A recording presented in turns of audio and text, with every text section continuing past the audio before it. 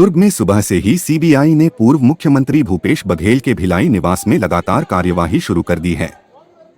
कार्यवाही की सूचना मिलते ही भूपेश बघेल निवास पर पहुंच गए।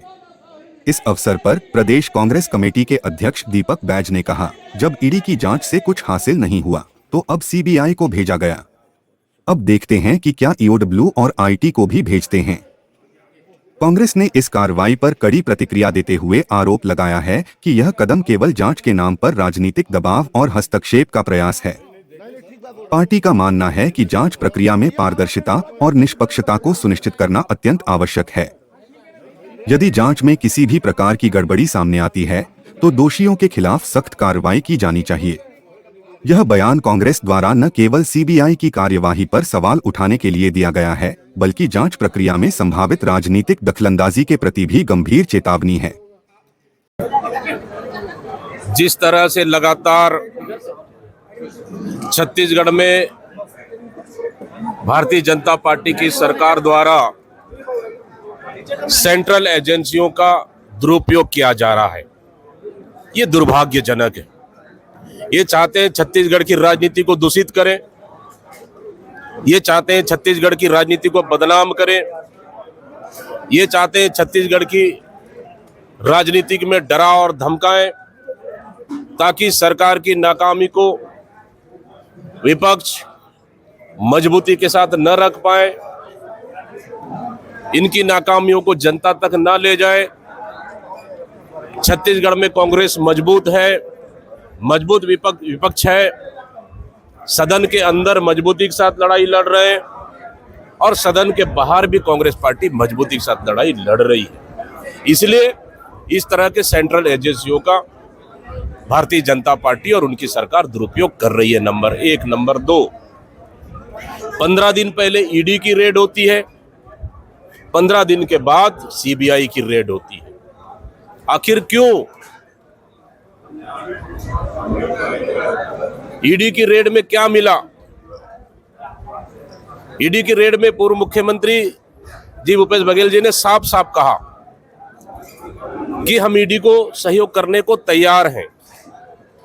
कुछ तो मिला नहीं, ईडी ने कोई सार्वजनिक तो किया नहीं कि हम फलाना किया फलाना ये मिले, बल्कि भारतीय जनता पार्टी के कारनामे के कुछ कागजात और कुछ एविडेंस मिले, उसको भी छोड़ के चले गए। तो उससे भी पेट नहीं भरा तो अब सीबीआई को उपयोग कर रहे हैं। ईडी भी हो गया एक एपिसोड में, दूसरा एपिसोड में सीबीआई भी आ गया, तीसरा एजेंसी कौन? क्या एनआई भी आएगी? क्या ईओडब्ल्यू भी आएगी? क्या आईटी भी आएगी? हम पूछना चाहते हैं इस सरकार से, आखिर डर किस चीज की है कि कांग्रेस के नेताओं को आप डरा रहे हैं ताकि आपकी आवाज, आपके खिलाफ आवाज ना उठाएं, जनता की आवाज ना उठाएं, इसलिए आप इस तरह सेंट्रल एजेंसियों को दुरुपयोग कर रहे हैं। बिल्कुल भी स्वीकार योग्य नहीं है। आज पूर्व मुख्यमंत्री, हमारे एआईसीसी के महासचिव, पंजाब के प्रभारी माननीय भूपेश बघेल जी क्या सवेरे से सीबीआई रेड कर रही है, जांच पड़ताल कर रही है। निश्चित रूप से इससे मनोबल कांग्रेस के कार्यकर्ताओं का कम नहीं होगा, बल्कि जितना आप प्रताड़ित करेंगे उतना कांग्रेस के कार्यकर्ताओं का मनोबल बढ़ेगा। और इस कार्रवाई से कांग्रेस डरने वाली नहीं है, इस कार्रवाई से कांग्रेस और मजबूत होगी। और तमाम हमारे नेता, पूर्व मुख्यमंत्री भूपेश बघेल जी हो या फिर देवेंद्र यादव जी हो, एआईसीसी सेक्रेटरी और तमाम हमारे अन्य कार्यकर्ताओं पर जिस तरह से रेड किया जा रहा है, कांग्रेस पार्टी पूरी तरह से साथ में खड़ी है और मजबूती के साथ सेंट्रल एजेंसियों और भारतीय जनता पार्टी के खिलाफ में लड़ाई लड़ेगी। आईएएस और आईपीएस अधिकारियों आईपीएस अधिकारी तो इस सरकार के भी चहेते। बहुत लोगों ने सवाल पूछे, आपकी सरकार में खास थे। हमने कहा कि प्रशासन के अधिकारियां किसी भी सरकार के कोई खास नहीं होता। सरकार में प्रशासन सबसे बड़ा जवाबदारी है। प्रशासनिक अधिकारी जिसके सरकार है उसके अधिकारी है वो तो अभी इनकी सरकार में भी खास है।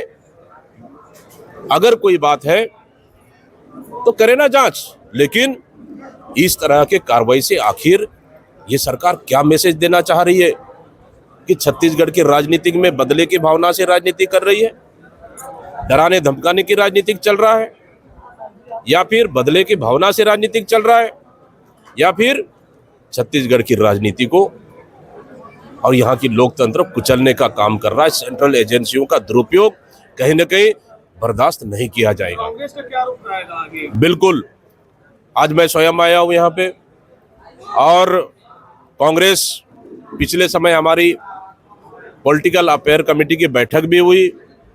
वहाँ निर्णय लिया गया कि सेंट्रल एजेंसियों के दुरुपयोग को लेकर, छत्तीसगढ़ को लेकर कांग्रेस बड़ी और मजबूत लड़ाई लड़ने को तैयार है।